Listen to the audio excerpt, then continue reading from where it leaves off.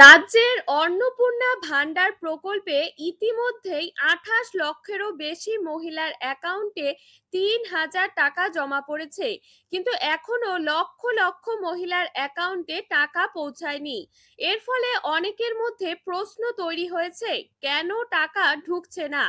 প্রশাসনের তরফে জানানো হয়েছে এই ৫টি নির্দিষ্ট কারণে এই সমস্যা তৈরি হচ্ছে।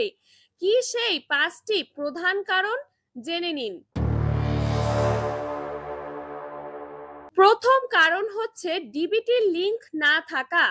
ব্যাংক অ্যাকাউন্টের সঙ্গে আধার লিংক বা ডিবিটি সক্রিয় না থাকলে সরকারের পাঠানো টাকা সরাসরি অ্যাকাউন্টে পৌঁছাতে পারে না। অনেক ক্ষেত্রে এনপিসিআই ম্যাপিং সম্পূর্ণ না থাকায় পেমেন্ট সিস্টেম অ্যাকাউন্ট ভেরিফাই করতে পারে না। ফলে টাকা ব্যাংকে ট্রান্সফার হলেও তা সফলভাবে জমা হয় না বা রিটার্ন হয়ে যায়। এই কারণেই অনেক উপভোক্তা এখনো ৩,০০০ টাকা পাচ্ছেন না। দ্বিতীয় কারণ হচ্ছে নতুন আবেদনকারী। যারা নতুন করে আবেদন করছেন তারা প্রথম ধাপের তালিকায় অন্তর্ভুক্ত হননি। প্রথম পর্যায়ে শুধুমাত্র পুরনো তালিকাভুক্ত ও যাচাই করা উপভোক্তাদের টাকা দেওয়া হচ্ছে। নতুন আবেদনকারীদের ডকুমেন্ট যাচাই ও ভেরিফিকেশন সম্পূর্ণ হতে সময় লাগে, তাই তাদের নাম পরবর্তী ধাপে অন্তর্ভুক্ত হতে পারে। তৃতীয় কারণ হচ্ছে ভুল তথ্য জমা।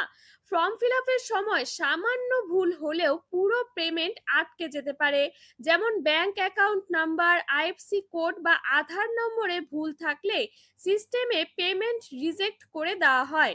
অনেক ক্ষেত্রে নামের অমিল বা তথ্য মিসম্যাচ এর কারণেও টাকা ট্রান্সফার হয় না।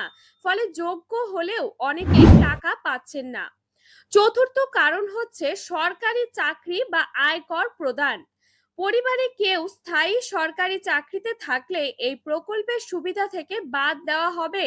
আয়কর দাতা হলে সরকারি নিয়ম অনুযায়ী এই স্কিমের টাকা পাওয়া যায় না। যাচাই প্রক্রিয়ায় এই তথ্য ধরা পড়লে আবেদন বাতিল হয়ে যায়। এই কারণেও অনেকের টাকা অ্যাকাউন্টে জমা হয় না। সবশেষ কারণ হচ্ছে ভেরিফিকেশন বাকি। অনেক আবেদন এখনো প্রশাসনিক যাচাই প্রক্রিয়ার মধ্যে রয়েছে। আধার, ব্যাংক ও আবেদন তথ্য একসাথে মিলিয়ে সম্পূর্ণ ভেরিফিকেশন করা হচ্ছে। যাচাই শেষ না হওয়া পর্যন্ত পেমেন্ট রিলিজ করা হয় না। এই কারণে অনেক উপভোক্তা দেরিতে টাকা পাচ্ছেন। তবে টাকা না ঢুকলে কোথায় যোগাযোগ করবেন? নিকটস্থ ভিডিও অফিসে যোগাযোগ করতে হবে। সেখানে ডিবিটির স্ট্যাটাস ও আবেদন যাচাই করা হবে। ভুল থাকলে সংশোধনের নির্দেশ দেওয়া হবে বা পরবর্তী পৌরসভা অফিসেও সাহায্য নিতে পারেন। তো এই ৫টি কারণেই অনেক উপভোক্তার অ্যাকাউন্টে অন্নপূর্ণা ভান্ডারের টাকা এখনো পৌঁছায়নি। কিন্তু আপনি যদি সব তথ্য ঠিক দিয়ে থাকেন তাহলে পরবর্তী কিস্তিতে টাকা পাওয়া সম্ভব। প্রশাসনের তরফে ধাপে ধাপে টাকা দেওয়া হচ্ছে, তাই সবাইকে কিছুটা সময় অপেক্ষা করতে হবে।